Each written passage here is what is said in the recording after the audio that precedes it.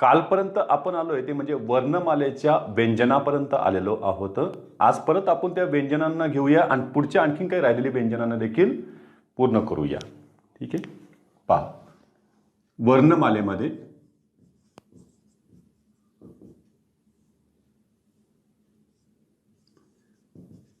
व्यंजनेलाच आपण परवर्ण देखील म्हटलेलं आहे. याच व्यंजनांना आपण हल देखील म्हटलेलं आहे. याच व्यंजनांना आपण अजंत देखील म्हटलेलं आहे. झालं बघा. आता ही जी व्यंजनं आहेत यातला आपण सगळ्यात पहिले वळलं होतं ती म्हणजे स्पर्श व्यंजनांकडे. आणि स्पर्श व्यंजन वर्णांची संख्या एकूण 25 आणि यांची संख्या किती एकूण 34. बहुमतच यांच्या दिशेनं आलेले आहे. तर यांचे सुद्धा आपण 3 भाग पाडले होते. यामध्ये सगळ्यात पहिले कठोर व्यंजने, त्याच्यानंतर आलेली मृदू व्यंजने आणि तिसरी आहे ही म्हणजे अनुनासिक व्यंजने. हे मृदू सुद्धा आहेत. मग यांच्यामध्ये क्रम लावला, पहिला, दुसरा, तिसरा, चौथा आणि पाचवा आणि शेवटचा. मग आपण याला नाव दिलं होतं प्रथम स्थानावर आहे, हे द्वितीय स्थानावर आहे, हे तृतीय स्थानावर आहे, हे चतुर्थ स्थानावर आहे, पंचम म्हणजे शेवटचा स्थान आहे, शेवटचा व्यंजन वर्ण. मग हे लक्षात कसे ठेवायचे? मग यांचे वर्ग पाडण्यात आले. एकूण 5 वर्ग आहे बघा. क, च, ट, त, प. माझ्या एका विद्यार्थ्याने सांगितलं कचाट्यात पाय. क, चा, ट्या, त, पाय. य म्हणजे यर लवची सुरुवात. ते लक्षात ठेवा. बघा वर्ग किती आहेत? एकूण 5. कोणते कोणते? क वर्ग, दुसरा च वर्ग, ट वर्ग, त वर्ग, प वर्ग, अशी वर्गाची नावे आहेत. मग ही वर्ग कशावर पाडली होती? आपण उच्चाराच्या उगम स्थानावर आधारित त्यांचे वर्ग पाडलेले आहेत. क कंठाचं, च कशात गेले तर तालव्यमध्ये, ट हे मूर्धन्यमध्ये, त हे दंत्यमध्ये आणि प हे ओष्ठमध्ये, असं यांची वर्गाची नावं. मग यांची सुरुवात केली. क वर्गामध्ये एकूण किती आहेत तर 5. प्रत्येक वर्गामध्ये एकूण 5 वर्ग आहे. 5 वर्गामध्ये प्रत्येकी 5-5 व्यंजन वर्ण आहेत. एकूण अशी 25 संख्या यांची झालेली आहे. त्यातलं बघा क मध्ये आपण घेतलं होतं इथं मध्यदंड असणारा आहे. हे म्हणजे यांचं सुद्धा नाव माहीत असलं पाहिजे की दंड कोणत्या प्रकारचा यांच्यासाठी वापरलेलं आहे. मध्यदंड असणारे व्यंजन वर्ण क. क आता हे आलं ख, पण हे मध्य नाही आहे तर हे अंत्य आहे. याला जोडून सुद्धा आहे बघा ते, म्हणून याला अंत्यदंड किंवा याला जोडदंड असं देखील नाव देण्यात आलेले. क, ख, ग.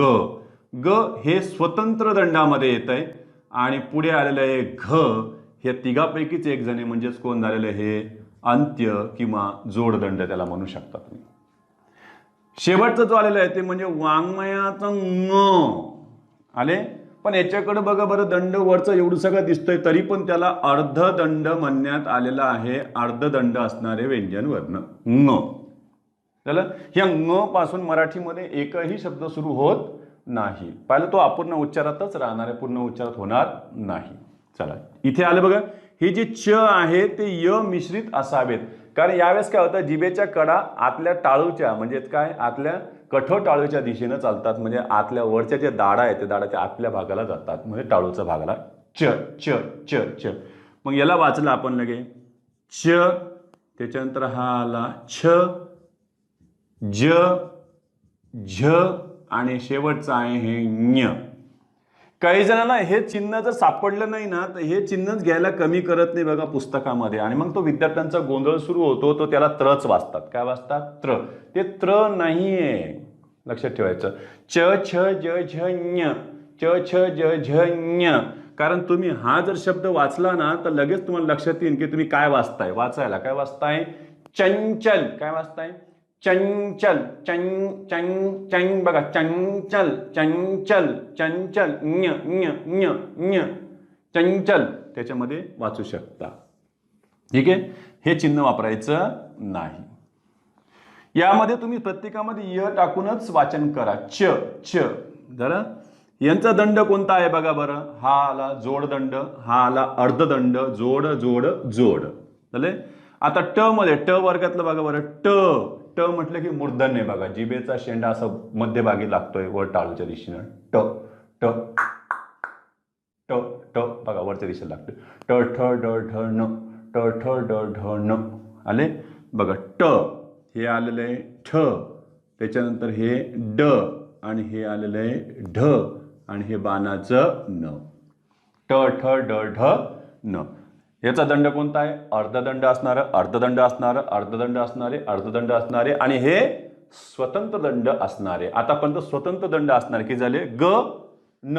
आणि काल मी तुम्हाला सांगितलं होतं की क्ष लक्षात ठेवायचं, शहामृगाचं श, ग न श. गणेश लक्षात ठेवा ना, गणेश. लगे लक्षात राहतील तिन्हीच्याही तिन्ही काय आहेत? स्वतंत्र दंड असणारी व्यंजन वर्णे आहेत.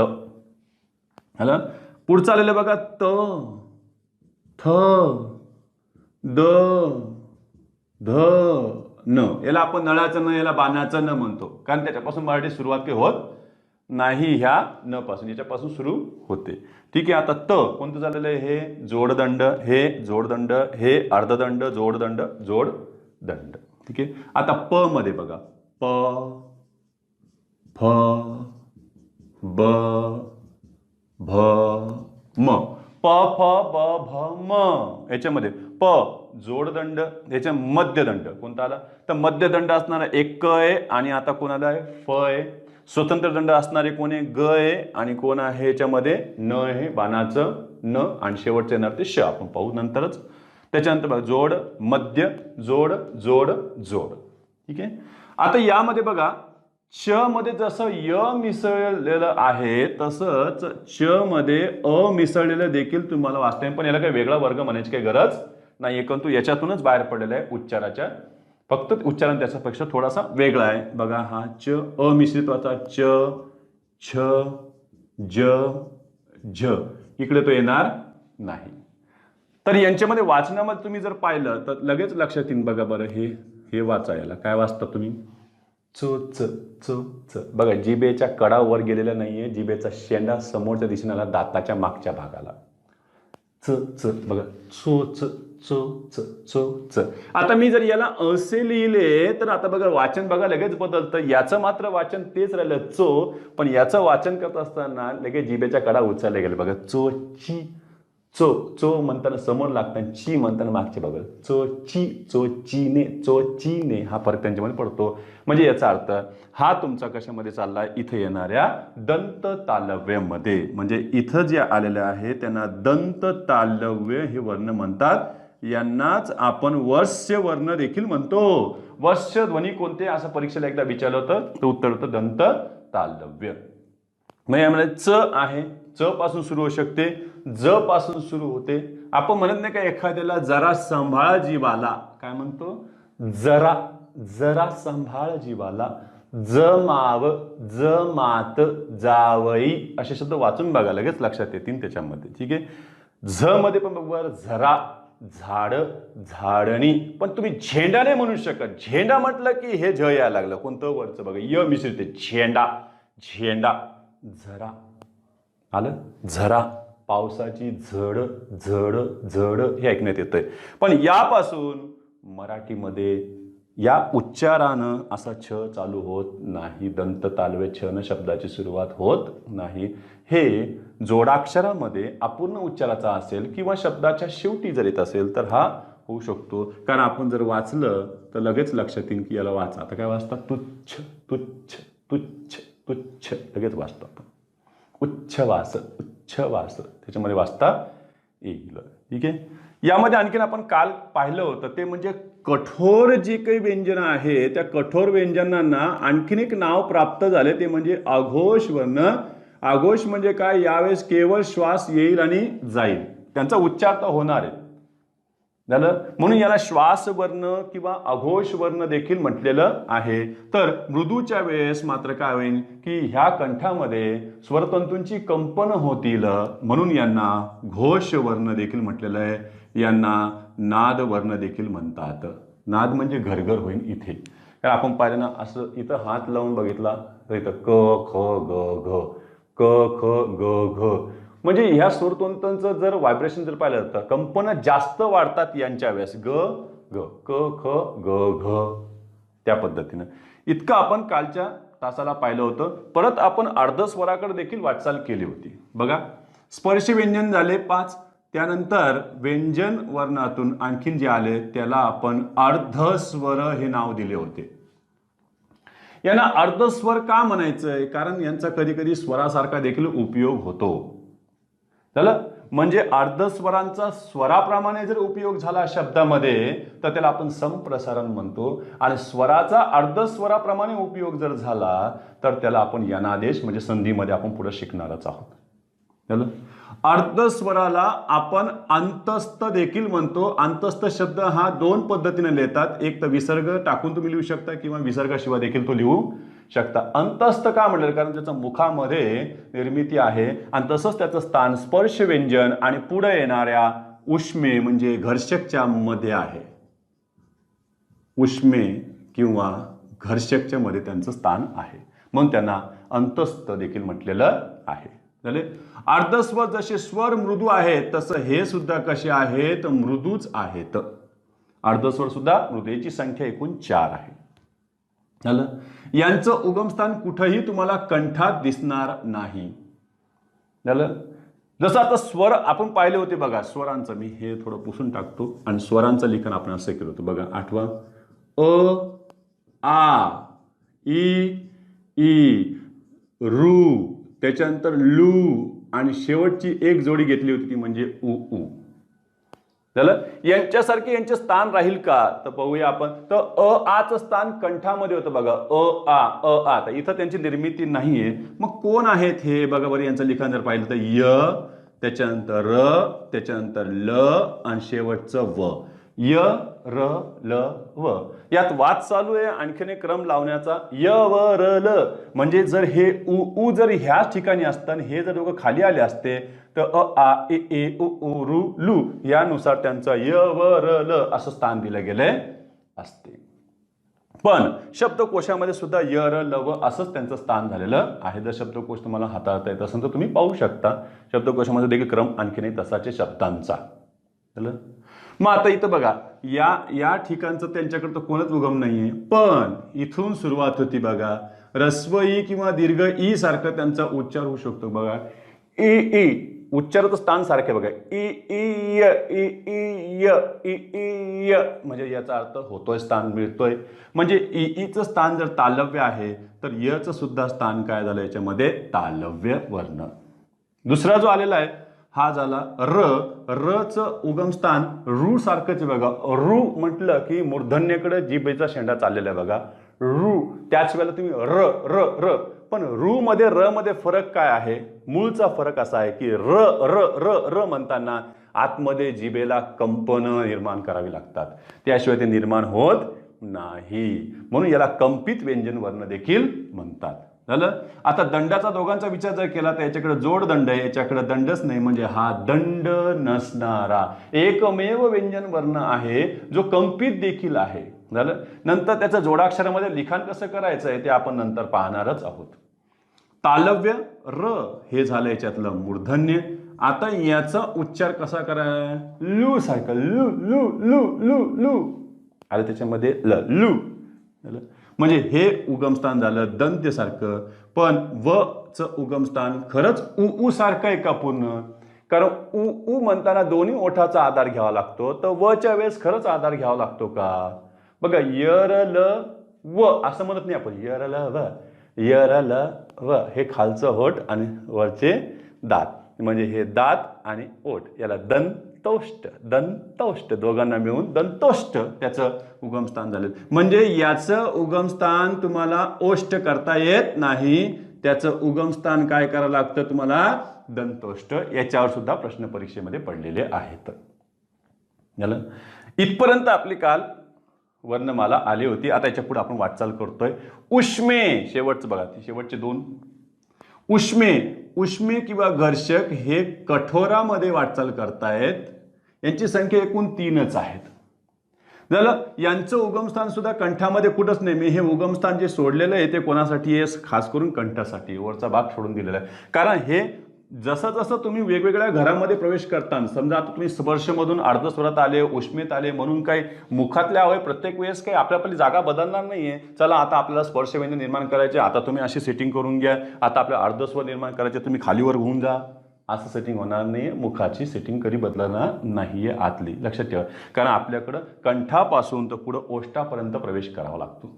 त्याला म्हणजे हवा आपण फुफ्सातून मुखाद्वारे बाहेर सोडत असतो, लक्षात ठेवायचं. म्हणजे पहिला भाग हा कंठाचाच लागणार आहे.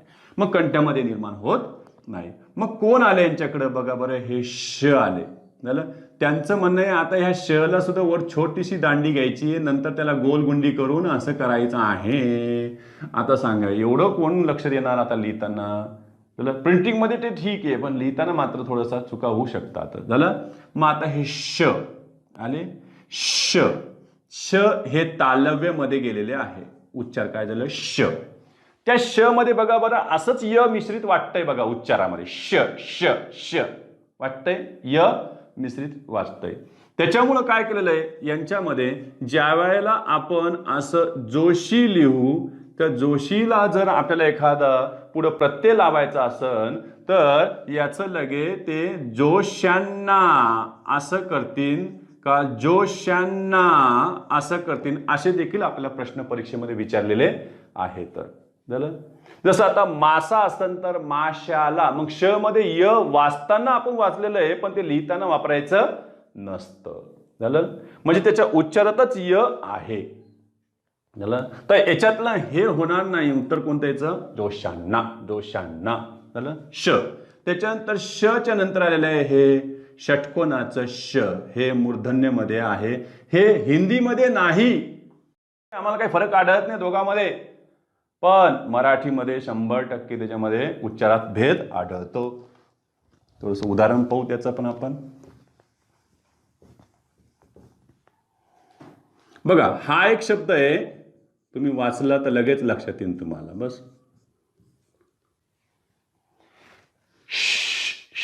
बघा षटकोन. बघा जिभेचा शेंडा आहे ना, त्या मूर्धन्याच्या दिशेने निघालाय, पण त्या दोघांमध्ये पोकळी निर्माण झाली. त्या पोकळीतून हवा घर्षण करत जाते, म्हणून यांना आपण घर्षक म्हटलेलं आहे.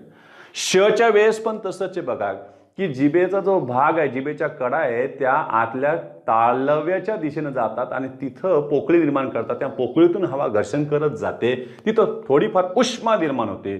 उष्मा म्हणजे चटका बसण्यासारखी नाहीये, म्हणून त्यांना उष्मे म्हटलेलं आहे. झालं. थोडीफार उष्णता, कारण घर्षण झालं की उष्मा निर्माण होणारच. मग त्याच्यामध्ये बघा उष्मा.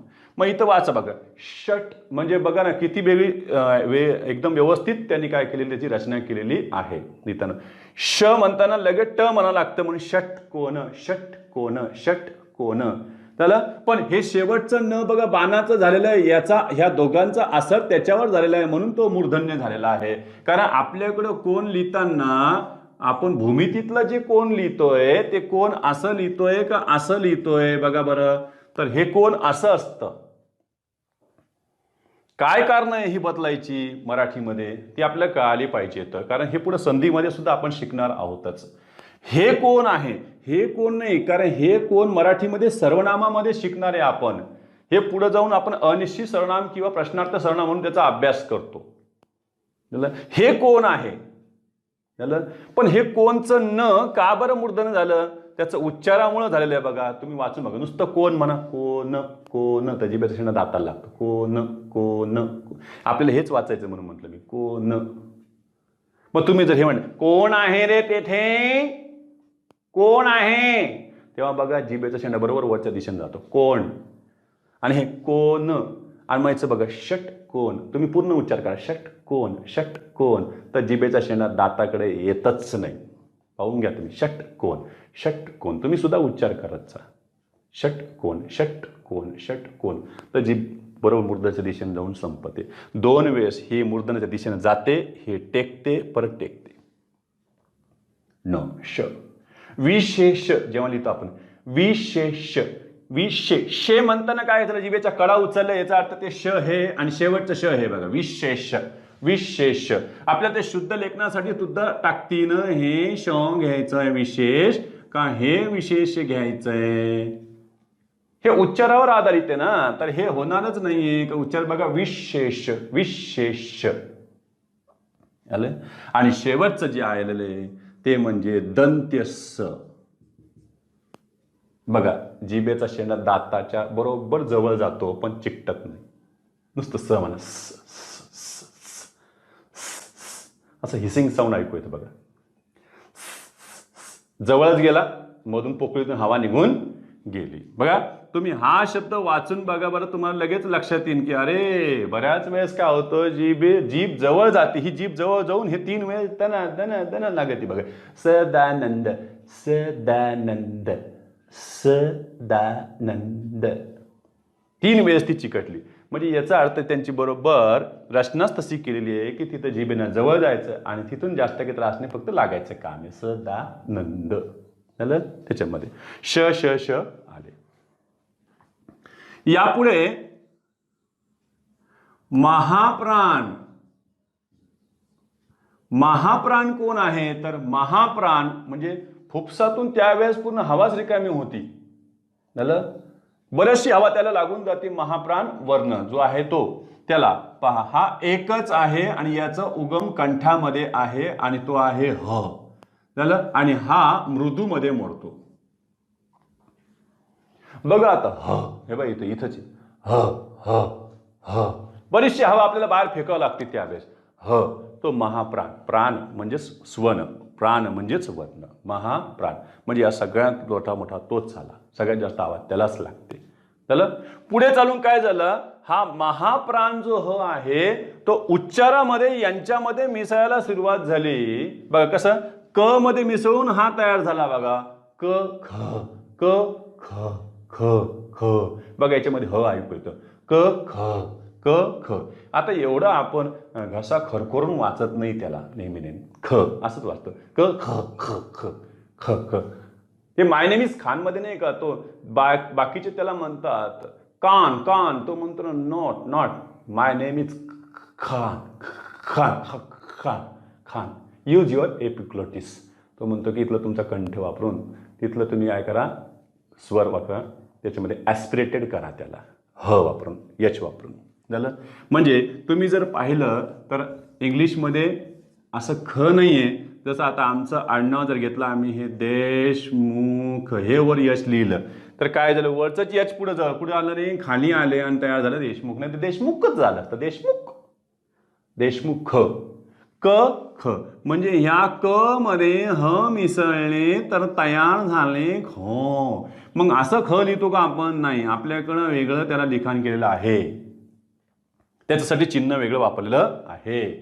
क ख ग घ, याला लगे आपण जी एच.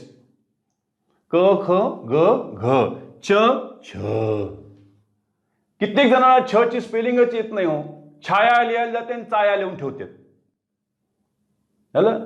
कारण काय की सी एच परत एक एच वापरावं लागेल तुम्हाला, तेव्हा कुठं छ तयार होईल. त्याला च छ ज झ ज झ. झालं. मराठीमध्ये बऱ्याच ठिकाणी तुम्ही जर पाहिलं असेल तर लक्षात येईल, जाग्याबाई मला पुसावे लागतात. झाले असं लिहायच्या ऐवजी, झालो असं लिहायच्या ऐवजी ज हाले असं लिहायची पद्धत होती. ज हालो गीतामध्ये वापरतात. कारण इथं त्यांना 2च अक्षर मिळत आहेत. जर त्याला अक्षराची संख्या वाढवायची असेल तर ते असं सुद्धा पद्धतीने लिखाण करतायत. म्हणजे यांना उच्चारामधले सरळ सरळ त्यांना स्वतंत्र वर्ण म्हणून त्यांना लिखाण करण्यात आलेलं आढळतं. बघा ज हाले, इथं ज हालो अधीर. झालं. जुन्या पोवाड्यांमध्ये तुम्ही बघितलं, गीतांमध्ये पाहिलं तर झाले म्हणायच्या ऐवजी ते ज हाले असं म्हणतात. तसं नाही का, एक पोवाडा आहे त्याच्यामध्ये एक छोटंसं शेवटचे 2-3 ओळी म्हणतो मी, की पोवाडा हा कधी पण उत्साहात असतो, लक्षात ठेवायचंय. जसं ज हाले ज हाले, प्रतापगडचे युद्ध ज हाले, रक्त सांडले पावन केला कृष्णेचा घाट, गुलामीची लागली हो वाट, मराठेशाहीचा मांडला थाट जी जी जी जी. पोवाडा असा नसतो. पोवाडा उत्साहात असतो, वीर रसात असतो. त्यासाठी वरच्या पट्टीतला आवाज लागतो. झालं. मी जर म्हटलं तर कानठळ्या बसू नये तुमच्या, प्लीज ऐका. कारण अंबारीमध्ये बसणारा जो काही राजा असतो तो सैन्याला असं हळूवार आवाजात म्हणत नाही, ए चला लढणारे, ए ए तू ए लढणारे चल ना, असं नसतं. चला मोठ्या आवाजात म्हणायचं असतात, चला लढा, तुटून पडा, मग ते तुटून पडतात. तानाजी मालुसरे धारातीर्थी पडल्याच्या नंतर त्यांचे जे भाऊ होते ते त्या सैन्याला म्हणाले, मी दोर तर केव्हाच कापून टाकला, एक तर उड्या टाकून मरा नाही तर लढून मरा. तुमचा बाप इथं मरून पडलाय, बळता काय भेडासारखे. दोर तर मी केव्हाच तोडून टाकला, एक तर उड्या टाकून मरा नाही तर लढून मरा. तो जो उत्साह भरायचा असतो तो असतो वीर रसामध्ये. झालं. आता ह्या गीताला बघा, मी हेच फक्त थोडंसं म्हणून दाखवतो, म्हणजे वीर रस लक्षात येईन आपल्या. प्रतापगडचे युद्ध जहाले,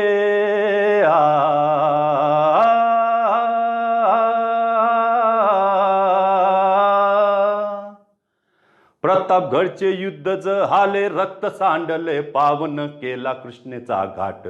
गुलामीची लागली हो वाट, मराठेशाहीचा मांडला थाट. जी जी जी जी जी जी, मराठेशाहीचा मांडला थाट. जी जी जी जी जी जी. आता जितके मराठे असतील त्यांची छाती लगे फुटल, अभिमान असावाच. ज हाले हे पद्यामध्ये कसं वापरलंय तेच लक्षात देण्यासाठी मी इथं फक्त उदाहरण दिलंय थोडंसं. पहा आता इथं ट मध्ये बघा, ट ठ, परत टी एच, ट ठ, ड ढ, त थ, द ध, प फ, ब भ. आता परत हे घ्यायचे नाही आहेत आपल्याला, कारण हे ऑलरेडी पुढे झालेले आहेत. मग आता तुम्ही म्हणता की सर हे 5 आणि हे 5 किती झाले, 10 महाप्राण वर्ण झालेत. महाप्राण मिश्रित म्हणूया आपण त्यांना, कारण त्याच्यामध्ये ह मिसळले, महाप्राण तर एकच आहे. मग तो बाकीच्या 10 मध्ये मिसळला महाप्राण, म्हणजे त्यानं पण त्यांचंच करून टाकलंय महाप्राण मिश्रित वर्ण हे. त्याच्यानंतर या तिघांना सुद्धा त्याच्यातच ठेवण्यात आलेलं आहे, कारण त्यांच्यामध्ये सुद्धा शेवट ह न होतो, श श श स. म्हणजे हे 5 5 आणि 5 10, 3 13 आणि स्वतः ह 14, असे 14 महाप्राण वर्ण मराठीमध्ये आहेत 34 पैकी. मग तुम्ही म्हणता सर हे महाप्राण झाले तर उरलेले कोण झाले, कारण त्यांना तेवढी फुफसातली हवा लागलेली नाही. मग ते कोण झाले, अल्पप्राण. लक्षात ठेवायचं हे महाप्राण, तर हे जे झालेले आहेत बाकीचे यांना आपण अल्पप्राण वर्ण म्हणूया. कारण आपल्याला विचारतील ना उद्या, जर त्यांनी क बद्दल अनेक पॉइंट जर विचारले, आपण थोड्या वेळानंतर पाऊस डिस्कशन करू त्याच्यावर. क हे अल्पप्राण, म्हणजे याचा अर्थ ही गडी काय झालं, अल्पप्राण. हे अल्पप्राण हे सुद्धा याच्या अल्पप्राणातच टाकण्यात आलेले. त्याच्यानंतर पुढे येणारा आता शेवटचा जो आहे तो कोण आहे, अल्पप्राण आहे का महाप्राण, ते पण पाहावं लागेल ना, कारण आतापर्यंत फक्त किती झालेले, 33च झालेले, एक बाकी आहे, तो म्हणजे शेवटचा.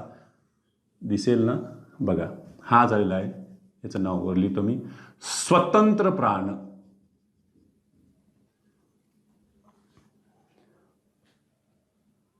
स्वतंत्र प्राण म्हटले त्याला, म्हणजे याचा अर्थ तो अल्पप्राण महाप्राणामध्ये मोडत नाही, तो मूळ संस्कृतातला नाही, तो द्राविडियन भाषेतला आहे, दाक्षिणात्य आहे, कानडी भाषेतून आलेला आहे. म्हणून तिकडच्या गीतामध्ये बघा अळू माळू अळू मळू ळ ळ ऐकू येतं बघा, ळ ळ. बघा हे स्वतंत्र प्राण झालं, हा आला एकच आहे. पण याचं उगमस्थान कुठं आहे, तर याचं उगमस्थान तुम्हाला मूर्धन्यमध्ये आढळेल, आणि याचं लिखाण जर पाहिलं तर हे असं आहे, ळ ळ ळ झालं. इकडचं जर कटत असन दिसत नसेल तर मी हे ते लिहून दाखवते, हे ळ. स्वतंत्र प्राण काय झालं, ळ झालं. मूर्धन्यमध्ये उच्चारच बघा, ळ ळ ळ ळ मध्यभागी चाललेली आहे झालं. माझं विदर्भाकडे येणं जाणं आहेच, माझं गावच तिकडचं आहे खरं पाहिलं तर, पण आम्ही हल्ली मुक्काम म्हणजे आता वास्तवच इकडंच आहोत जालन्यामध्ये. तिकडचं पण बऱ्याच जणांच्या असं बोलण्यामध्ये ळच्या ऐवजी ड ऐकू येतं, ड. बघा चालतो का, खेळायला खेळायला, फड्यावर काय लिहिलं का मी, फड्यावर फड्या, ते ळच म्हणतात, पण प्रोनाउन्सिएशन मध्ये ड येऊनच जात झालं. पण ड जरी म्हटलं तरी ड कोणाच्या घरात आहे, मूर्धन्याच्याच घरात आहे. चला ळ नाही तर काय झालं, ड. ठीक आहे. मग आता यामध्ये राहिले आता किती, तर काहींचं म्हणणं आहे की सर आणखीन 2 राहिले होते घ्यायचे. एक आहे क्ष आणि दुसरं आहे ज्ञ. एक लक्षात ठेवायची, ही विशेष संयुक्त व्यंजने आहेत. विशेष संयुक्त, संयुक्त म्हटल्यावर 2 किंवा 3 व्यंजनापासून ती तयार झालेली आहे. यांना स्वतःला व्यंजन वर्ण म्हणता येत नाही. एक वर्ण म्हणून त्यांना मोजू नका. त्यांचा वर्णमालेत तुम्हाला समावेश करता येणार नाही. काहींनी केलाय सुद्धा. माझं म्हणणं आहे, जर तुम्ही यांचा केला असेल तर तुम्ही यांचा पण करायला काय हरकत नाही. करा ना 53. ते पण त्र झालं बघा. त आणि र ह्या दोघांना पण स्वतंत्र एक चिन्ह मिळालंय की नाही, ते सुद्धा संयुक्त. मग त्यालाही म्हणा संयुक्त चिन्ह, त्यालाही म्हणा वर्ण. त्याला हा क्ष जो आहे तो क श आणि याच्यामध्ये तुम्ही अ मिसळून वाचला, कारण यांचा अक्षरमालेमध्ये खऱ्या अर्थानं समावेश करूया आपण. बस पुढे चालून. म्हणजे याच्यामध्ये आता तुम्ही अ मिसळू शकता. ज्ञ म्हटलं तर याच्यामध्ये काय येणार आहे, द असणारे, नळाचं न असणारे, य असणारे, अ असणारे. याच्यामध्ये कोण असणारे सांगा बरं. हे त आहे आणि त्याच्यानंतर र आहे आणि त्याच्यात कोण आहे, अ. जर तुम्ही त्याला अक्षरासारखं वाचत असताना तर जसं जसं स्वर बदलेन तसं जसं स्वर त्यांच्यामध्ये घेत चला. म्हणून क्ष ज्ञ, क्ष ज्ञ आणि त्र हे आपण काय बोलू, यांना तर विशेष संयुक्त व्यंजन म्हटलेलेच आहे. यांना आणखी त्या यादीत घेतलेलं नाही, पण ती संयुक्त व्यंजन आहेत. त्र याच्यासारखी अनेक आहेत. मग ते सगळ्यांना त्याच्यामध्ये स्थान देत बसायचं का? झालं. आता तुम्ही बघा, तुम्ही पाहिलं असेल बघा, रक्त लिहिताना काही जण रक्त असं सुद्धा लिहितात आणि काही जण हे असं गोल होतं आणि परत असं होतं. आता याला कसं वाचायचं, रक्त रथक रथक नाही नाही, त्याला रक्तच वाचतात. मग ते एक चिन्ह जर आलं असेल तर मग त्यालाही घ्या तिकडं. असे किती काही जमा होतील. उद्या श्री मधलं शच्या खाली र लागलं श. आपण जेव्हा उभ्या मांडणीमध्ये लिहितो तेव्हा हे श असं लिहिण्यामध्ये येतं. मग हे एक चिन्ह परत हे असं सापडून जाईल. मग घ्या याला. पण काही नवीन तयार झालं की लगेच आपण त्याला घेणार का त्या यादीमध्ये, तर नाही. मग त्याला वर्णमालेमध्ये आपण घेत नाही. तर वर्णमाला आपल्याकडे आपण 50 वर्णांचीच मानतो. अचा समावेश आता मागं झालेला आहे. झालं.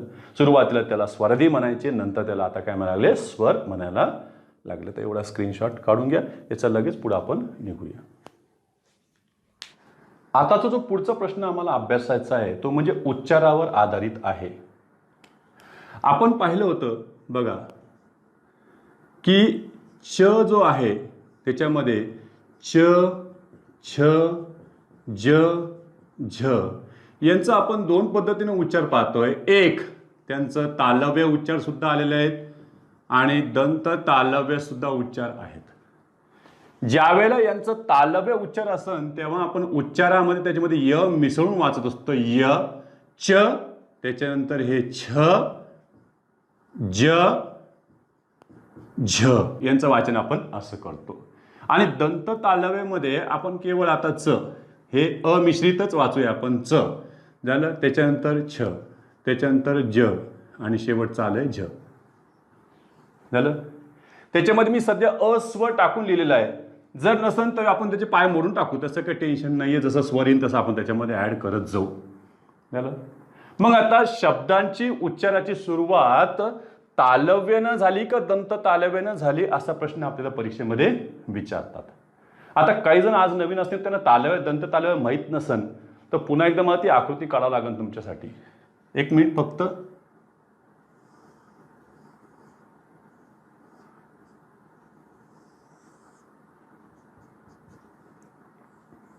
हा जो भाग आहे लक्षात ठेवायचा, हा आहे तुमचा दंत तालूचा.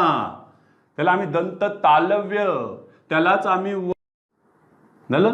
आणि हा जो भाग आहे हा मुखाचा घुमट आणि हे गोल होत चाललेलं आहे असं.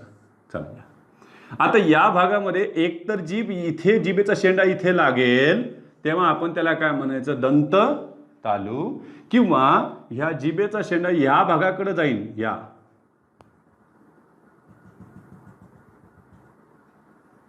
ह्या भागाकडे जर गेला तर आपण याला तालव्य म्हणू. म्हणजे दाढाच्या आतल्या भागाला जिभेच्या कडा लागतील. झालं. मग परीक्षेमध्ये विचारतील ना की दिलेल्या शब्दाच्या उच्चाराची सुरुवात तालव्याने झाली का दंत तालव्याने झाली ते आम्हाला तुम्ही सांगा. किंवा तालव्याने सुरुवात होणारा शब्द सांगा, दंत तालव्याने सुरुवात होणारा शब्द सांगा, असं त्याच्यामध्ये उच्चारस्थान विचारतील. बघा त्यामध्ये आता काही शब्द असे आहेत लक्षात ठेवायचं की ते रूप बदलत नाही, पण त्यांचा उच्चार बदलला की अर्थ बदलतो. मी काय बोललोय बघा की शब्दांचं रूप नाही बदलत, पण शब्दाचा उच्चार बदलला की अर्थ बदलतो. म्हणजे याचा अर्थ उच्चारावर देखील अर्थ कायम आहे. झालं. यामध्ये बघा एक शब्द घेतला मी इथं. आता याचं वाचायचं कसं सर याला? काय म्हणतील? जग. तर काय म्हणतील? जग. आता त्याचं वाचन जसं आहे तसं आहे. याला आता मला दोन्ही पद्धतीने वाचता येतंय. झालं. पण याला शब्दात जर टाकून दिली, याला आम्ही वाक्यात जर वापरलं तर कदाचित याचे काय होईल? उच्चार आपल्याला जे आहे ते करावे लागतील. बघा ह्या शब्दाचा उच्चार म्हणजे याचा जर तुम्ही अर्थ भोवतालची सृष्टी असं जर लावला तर त्याचं तुम्हाला वाचन असं करावं लागेल. जग. जग हे वाचन मी ब्रॅकेटमध्ये लिहिलेलं आहे, असं आपण लिहित नसतो. देखील स्वरूपात हे चालणार नाही. हे काय झालं बघा? जग या अर्थानं. म्हणजे हा झाला इथं तालव्य उच्चाराचा. बघा उच्चार करताना इथे जिभेच्या आपला कडा चालल्या गेलेल्या आहेत तालव्याच्या दिशेने. जग झालं. पण मी याला जर असं घेतलं बघा, झालं, याचा अर्थ त्यांनी म्हटलं की जिवंत राहा. या अर्थानं त्याला घेतलं तर तुम्ही त्याला जग म्हणणार. काय म्हणणार? जग. जा जग, तुला सोडून दिलं मी. जगणे या अर्थानं. झालं. आपण एक हे शब्द घेतला होता, आठवतंय तुम्हाला? हे दोन शब्द घेतले होते. जगात. आता सांगा काय वाचायचं? जगात जगणे नाही, जगात जगणे नाही, जगात जगणे. जगात जगणे. जगणे म्हणताना जिभेच्या शेंडा दाताच्या बरोबर मागच्या भागाकडे येतो. थोडासा दाताला लागल्यासारखा सुद्धा आपल्याला जाणीव होऊ शकते. म्हणजे याचा अर्थ बदल. ह्या अर्थानुसार जर याचा उच्चार जर विचारला तर तुम्हाला लक्षात ठेवावं लागेल की हे कोण झालं? तालव्य. आणि ह्या अर्थानं जर त्याचा उच्चार जर विचारला तर हे झालं बघा दंता, म्हणजे दंत तालव्याचं शॉर्टकट लिहिलं आहे. दुसरा एक शब्द दिलाय बघा. असा दोन उच्चारण जाऊ शकतो का आपण पाहूया. त्याच्यामध्ये बघा एक, त्याला वाचा. आता काय वाचता? काय म्हणते? बरं, देवाचे नाव घेणे. 108 वेळा नाव घ्यायचं देवाचं. कोरोना जातो. आता सांग काय? जप का जप? जप केला मी 108 वेळा देवाच्या नावाचा. जप जप जप म्हणताना जिभेच्या कडा उचलल्या. याचा अर्थ याचं वाचन जप झालेलं आहे आणि हा काय झालेला आहे? तालव्य झालं. आणि जरा जीवाला जप. जप आपण तर सुरक्षित राहा त्याच्यामध्ये घेऊ शकता तुम्ही. काळजी घे या अर्थानं आपण घेऊ शकतो त्याला. बघा जप, जरा जीवाची काय घे? काळजी घे. मग हे जप असन तर हे दंता म्हणजे दंत तालव्य, हे त्याचं उच्चार स्थान झालेलं आहे. जप जप जप जप झालं. आता आणखीन एक शब्द आढळतोय बघ बरं. याला वाचा. आता काय वाचताय? जरा का जरा? आता हा शब्द वाचा ना, म्हणजे तुम्हाला लक्षात येईल ना. आता सांग. अजरामर का अजरामर? अजरामर. जरा. जरा म्हणजे वार्धक्य. एका ठिकाणी समानार्थीच तो विचारलेला आहे. म्हणजे समानार्थीचे शब्द सुद्धा परीक्षक काही वेगळ्या पुस्तकातून शोधायचं काही काम पडत नाहीये. आपल्या सिलेबसमध्येच आपण जिथं जिथं ते आणलेले शब्द असतात, ज्यांचे अर्थ माहीत नसतात, तेवढे जरी अर्थ माहीत करून घेतले तरीही समानार्थी शब्दांचा प्रश्न सुटू शकतो काही प्रमाणात. याला जरा, जरा नाही जरा, म्हणजे हे कोणत्या अर्थानं वापरलेलं आहे? वार्धक्य या अर्थानं वापरलेलं आहे. मग याला वाचताना आपल्याला असं वाचावं लागेल जरा. काय वाचावं लागेल त्याला? जरा. मग हा झाला तालव्य उच्चाराचा. कारण इकडे तुमचा जिभेच्या कडा चाललेला आहे जरा म्हणताना. आणि आपण एखाद्याला म्हणतो ना जरा सांभाळा जीवाला. एखाद्याला म्हणतो ना किंचित, थोडा सांभाळ जीवाला. म्हणजे याचा उच्चार झाला दंता. आणखी एक शब्द सापडतोय त्याच्यामध्ये बघा. हाला वाचा. याला काय वाचतात? चाप नाही चाप. चाप. हे बघा जिभेच्या कडा. चाप चाप. चापला काय म्हटलेलं आपण? चापला कोदंड म्हणतात, चापला धनुष्य म्हणतात. बघा चाप याचा उच्चार झाला चाप, म्हणजे हा झाला तालव्य मध्ये. पण याला जर तुम्ही इकडे आणलं बघा बरं, चाप. चाप हा कोणत्या अर्थाने घेतलेला आहे? चिमटा. चिमटा ह्या अर्थाने घेतलेला आहे चाप. चाप चाप चाप चाप. जिभेच्या शेंडाच समोर आला. चाप म्हणजे हे कोण झालं? याच्यातील दंत तालव्य झालं. मग यासारखे आणखी काही शब्द असतील का? पण हे दोन्हीच्या दोन्ही घरामध्ये येणाऱ्या शब्दांची संख्या फार कमी आहे. झालं. आता तुम्ही वाचनामध्ये जर घेतलं तर लगेच लक्षात येईल. बघा मी एक साईडला लिहितो, याला वाचा काय वाचता आणि याला वाचा काय वाचता. हा संस्कृत शब्द झालेला आहे, तत्सम आहे. तत्समच्या नंतर हा मराठीमध्ये आला तेव्हा तद्भव झाला. तद्भव म्हणजे तसाच भाव व्यक्त करणारा, तसाच अर्थ व्यक्त करणारा. जसं चक्र आहे तसं चाक आहे. याला आम्ही चक्र वाचतो का? चक्र, ए चक्रधर, ए चक्र पाणी, ए चक्र. चक्र नाही चक्र. बघा जिभेच्या कडा उचलल्या. चक्र चक्र चक्र पाणी, चक्रधर. याला चाक, चाक लक्षात ठेवा, चाक झालं. म्हणजे याचा अर्थ हा झाला इकडचा तालव्य आणि हा झाला उच्चारण कशाला? दंत तालव्य. त्याला आणखीन एक शब्द बघा बरं याच्यामध्ये, याला वाचा आणि याला वाचा. तू म्हणतो सर स्वर बदलल्यामुळे कदाचित होत असं. नाही, याचं वाचन बघा बरं काय वाचता. याला चंद्र, अय चंद्रकांत, अय चंदू. चंदू नाही चंद्र. बघा जिभेच्याकडे चंद्र म्हणजे या तालव्य. आणि तो चांदोबा, चा चा चा चांदोबा. चांदोबा नाही, चांदोबा नाही, चांदोबा. आणि तो चंद्र, चंद्र नाही चंद्र त्यांच्यामध्ये आलेला आहे. आता यालाही वाचा. संस्कृतामध्ये जामात, मराठीमध्ये जावई. हा कोण झाला? जामात. जा जा बघा कडा उचला. जामात म्हणजे तालव्य. आणि जावई, जावई बघा जावई आला का? जिभेचा शेंड समोर, तो झाला दंत तालव्य. मग असे आता किती काही शब्द घेता येतील. झालं. आता सहज कोणी काही लिहून दिलं तर सांग, याला वाचला कसं वाचतो? जय. महात्मा गांधी की जय. जय नाही येते, जय. जय बघा कडा उचलल्या. आपण कसं वाचतो त्याच्यावर सुद्धा आहे, पण उच्चार मात्र व्यवस्थित असावा. काही जर म्हणतात ना त्याचं प्रोनाउन्सिएशन व्यवस्थित नाही. जय म्हटलं की काय झालं? अहो सर मग याचं वाचन असं झालेलं आहे य मिश्रित, म्हणजे हे कोण झाले? तालव्य झाले. झालं. याला कसं वाचतं सांगा बरं? चर्या, चर्या का चर्या? चर्या य मिश्रित बघा, य मिश्रित वाचलं चर्या. चर्या म्हटलं की तालव्य. चरित्र का चरित्र?